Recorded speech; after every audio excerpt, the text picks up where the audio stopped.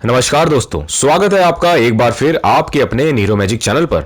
और इस वीडियो में हम करेंगे एसएससी सीएचएसएल एग्जाम के मैथ्स के सवाल जो 19 मार्च 2020 फर्स्ट शिफ्ट में पूछे गए। साथियों, ये क्वेश्चन देखिए आपकी स्क्रीन पर है। यहां दिया गया है कि अगर कोई सम ऑफ मनी 5 गुना हो जाती है 16% रेट ऑफ इंटरेस्ट के हिसाब से, तो बताना है कि कितने सालों पर यह 5 गुना हो जाएगी। मेरे प्यारे साथियों, इस तरह के सवालों में आपको कभी भी फॉर्मूला लगाने की जरूरत नहीं होती। आप बस यहां समझिए कि अगर हम मान लें कि वो सम ऑफ मनी 100 रुपए थी, तो 5 गुना मतलब जो भी इंटरेस्ट हमें मिलेगा वह 100 रुपए पर 400 रुपए ही होगा। तब जाकर हमें 400 इंटरेस्ट प्लस 100 रुपए जो हमने लगाए उसे मिलाकर 100 का 5 गुना रिटर्न मिलेगा। बस अब आप ये देखिए कि आपसे साल पूछे गए हैं सवाल में कि ये 400 रुपए इंटरेस्ट 16% के हिसाब से 100 रुपए पर कितने समय में मिलेगा, जिससे साफ है कि 400 रुपए को अगर 16% से भाग कर दिया जाए तो हमें मिल जाता है 25, यानी यही 25 साल हो जाता है हमारा करेक्ट आंसर। हेलो फ्रेंड्स, आप में से जो लोग मुझे नहीं जानते, मेरा नाम नीरो है। मैं काफ़ी सालों से गवर्नमेंट कॉम्पिटिटिव एग्जाम्स की प्रिपरेशन करवा रहा हूं। मेरे स्टूडेंट्स इनकम टैक्स डिपार्टमेंट जैसे काफ़ी गवर्नमेंट डिपार्टमेंट्स में पोस्टेड हैं। अगर आप इस चैनल पे नए हैं तो ज़रूर सब्सक्राइब कीजिए और बेल आइकन को प्रेस कीजिए। तो चलिए शुरू करते हैं आज का सेशन। दोस्तों, अब ये क्वेश्चन देखिए आपकी स्क्रीन पर है।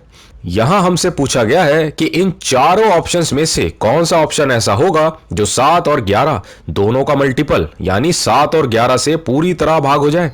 मेरे प्यारे साथियों, मैंने पहले ही डिविजिबिलिटी रूल पर एक जबरदस्त वीडियो बनाई हुई है, जिससे आप खुद ही किसी भी प्राइम नंबर का डिविजिबिलिटी रूल चुटकियों में बना सकते हैं। वीडियो का लिंक आपको डिस्क्रिप्शन में मिल जाएगा, आप उसे एक बार जरूर देख लें।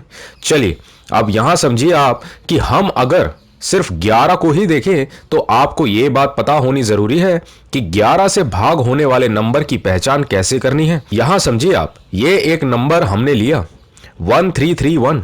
अब आप देखिए कि इसके डिजिट्स को ऑल्टरनेट ऐड करने पर यानी एक छोड़ के एक, जैसे इस एक को यहां 3 से, जिससे हमें मिला 4। इसी तरह बाकी के डिजिट्स को ऐड करें, जैसे यहां ये 3 से 1 को ऐड किया तो यहां भी हमें 4 ही मिलता है।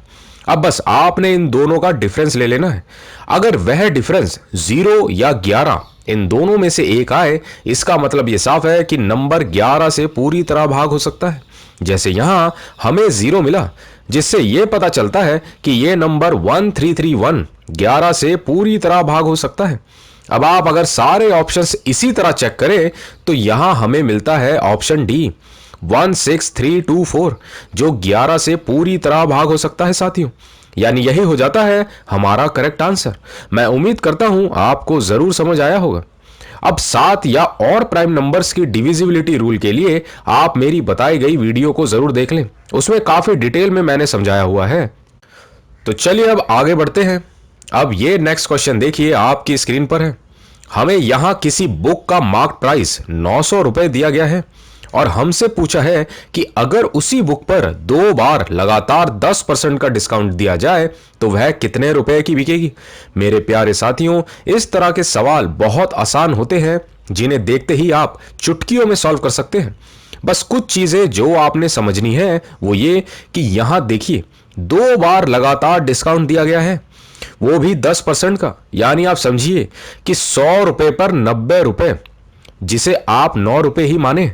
अब 2 बार है यानी 2 बार 9 रुपए, बस इतना सा काम था। और आप देखें कि यही 9 को 2 बार मल्टीप्लाई करने पर हमें मिला 81, यानी आप समझिए कि 100 रुपए का सामान 10% डिस्काउंट 2 बार देने पर 81 रुपए का ही बिकेगा। उसी तरह अगर 900 रुपए हो तो इसे 9 से मल्टीप्लाई करने पर हमें मिलता है 729, यानी यही वो सेलिंग प्राइस है जो हमसे सवाल में पूछा गया था, और यही हो जाता है हमारा करेक्ट आंसर। मैं उम्मीद करता हूं साथियों आपको जरूर समझ आया होगा। चलिए अब नेक्स्ट क्वेश्चन की तरफ। ये क्वेश्चन आपकी स्क्रीन पर है। यहां हमसे 3800 का 25/9 का 15% का 18% पूछा गया है। मेरे प्यारे साथियों, इस तरह के सवाल अक्सर आप लोगों का काफी समय बर्बाद करते होंगे, पर आज ऐसे सवालों का ऐसा तोड़ दूंगा आपको जिससे आप चुटकियों में इसके सही आंसर तक पहुंच पाएंगे। दोस्तों आप समझिए कि ऑफ का मतलब मल्टीप्लाई होता है। अब अगर इस सवाल को परसेंटेज की फॉर्म में ना लेकर सिर्फ नंबर्स लेकर ही इक्वेशन की करेक्ट फॉर्म में लिखा जाए तो यह हमें मिलता है।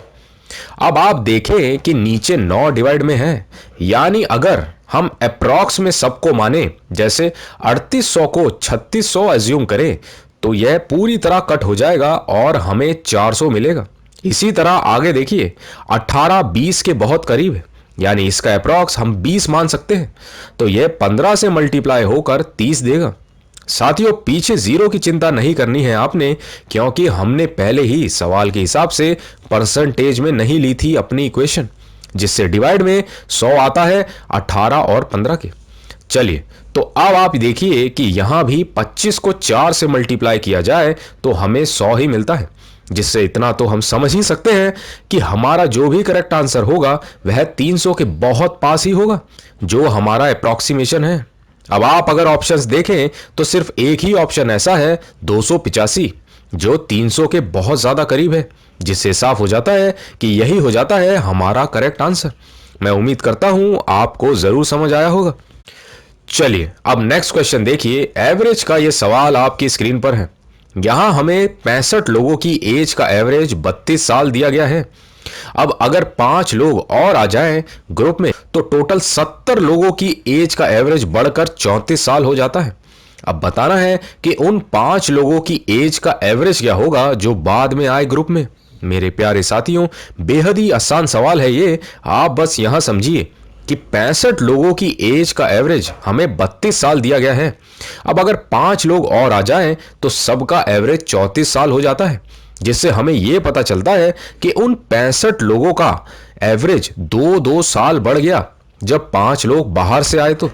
यानी आप समझिए कि 65 लोगों का सबका 2-2 साल मतलब टोटल 130 साल और बढ़ गया है पूरे ग्रुप की एज में।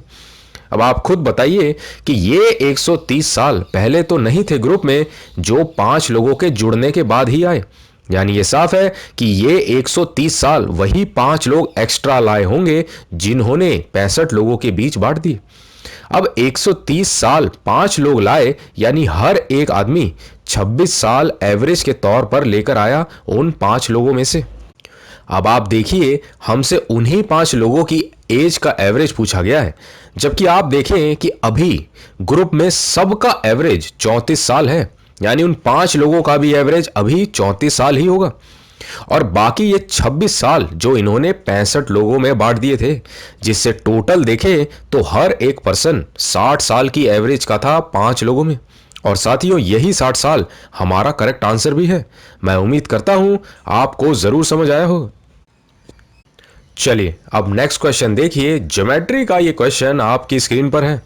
यहां एक ट्राइंगल ABC दिया गया है, जहां DE पैरेलल है BC के, AD 3, AE 4 और AC 10 सेंटीमीटर दिया गया है। अब हमें बताना है कि BD की लेंथ कितनी होगी। मेरे प्यारे साथियों आप इसे डायग्राम से समझिए पहले। यहां ये है ट्राइंगल ABC। अब यहां DE पैरेलल है BC के इस तरह, जहां AD 3, AE 4 और AC यानी ये पूरा 10 सेंटीमीटर है।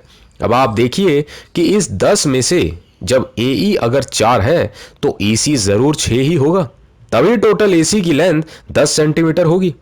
अब आगे बस आपको साथियों एक बात पता होनी जरूरी है कि ये सिमिलर ट्राइंगल होते हैं ADE और ABC, जिनकी प्रॉपर्टीज के हिसाब से इनकी साइड्स का रेशियो हमेशा इक्वल होता है।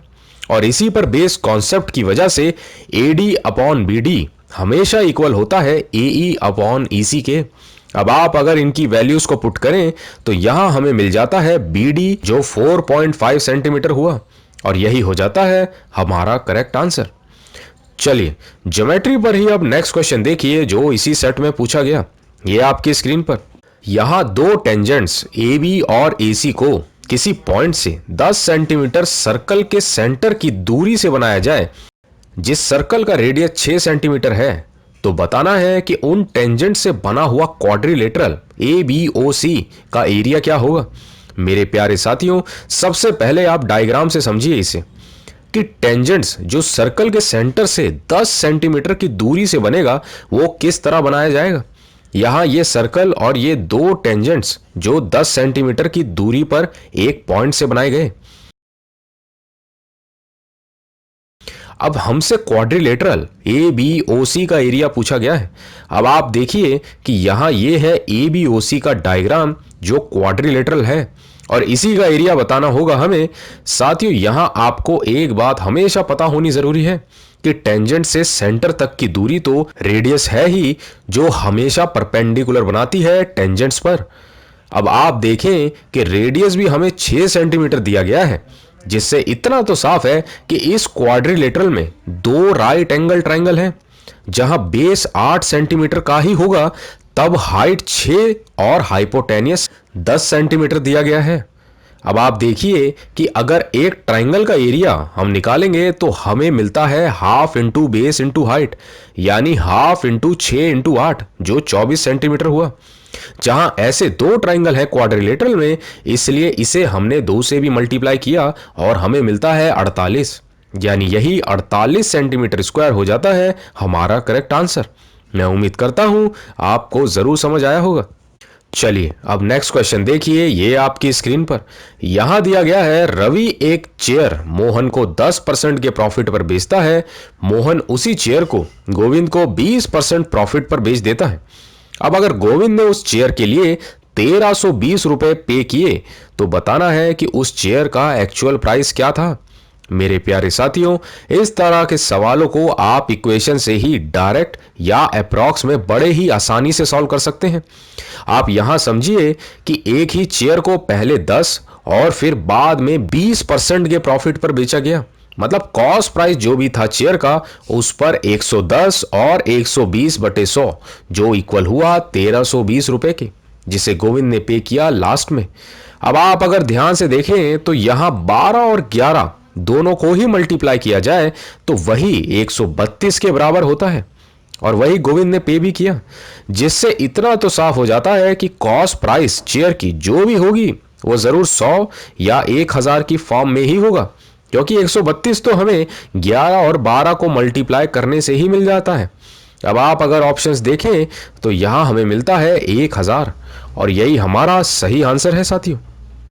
चलिए अब नेक्स्ट क्वेश्चन देखिए, टाइम एंड डिस्टेंस का ये क्वेश्चन आपकी स्क्रीन पर यहां दिया गया है कि एक मोटर बोट 24 किलोमीटर कवर करती है 2 घंटों में पानी के बहाव के साथ, और उसी बोट को 10 किलोमीटर कवर करने में 1 घंटा लगता है जब वह बहाव के अगेंस्ट यानी विपरीत चले तो। अब बताना है कि उस बोट की स्पीड क्या होगी। मेरे प्यारे साथियों, आप देखिए कि यहां 24 किलोमीटर 2 घंटों में कवर किया जाता है, यानी 1 घंटे में बोट ने 12 किलोमीटर कवर किया बहाव के साथ। अब इसी तरह आप देखिए सवाल में दिया गया है कि बोट जब बहाव के विपरीत चलती है तब वह 10 किलोमीटर कवर करती है 1 घंटे में, यानी ये हमारे सामने दो इक्वेशन है। अब आप देखें कि अगर हम इन दोनों इक्वेशन को ऐड करें तो हमें मिलता है 2 मल्टीप्लाई बाय बोट की speed equal to 22 kilometre per hour, यानी बोट की स्पीड यहां से हमें पता चलती है 11 किलोमीटर पर आवर और यही हमारा करेक्ट आंसर है दोस्तों। मैं उम्मीद करता हूं आपको जरूर समझ आया होगा। चलिए अब अगले सवाल की तरफ, ये आपकी स्क्रीन पर यहां हमें 2 क्यूबिक इक्वेशन दी गई है जो सेम रिमाइंडर देती है अगर इन्हें x-3 से भाग किया जाए। तो बताना है कि इनमें जो k है उसकी वैल्यू क्या होगी। साथियों, इस तरह के सवालों में आपको ज्यादा दिमाग लगाने की जरूरत नहीं होती। आप बस देखिए कि x-3 हमेशा 0 के इक्वल होता है, जिससे x की वैल्यू हमें 3 मिलती है और आपने हमेशा ऐसे ही x की वैल्यू को लेना है साथियों। अब आप देखिए कि ये दोनों ही इक्वेशन सेम रिमाइंडर देती हैं, यानी ये दोनों एक दूसरे के इक्वल जरूर होंगी।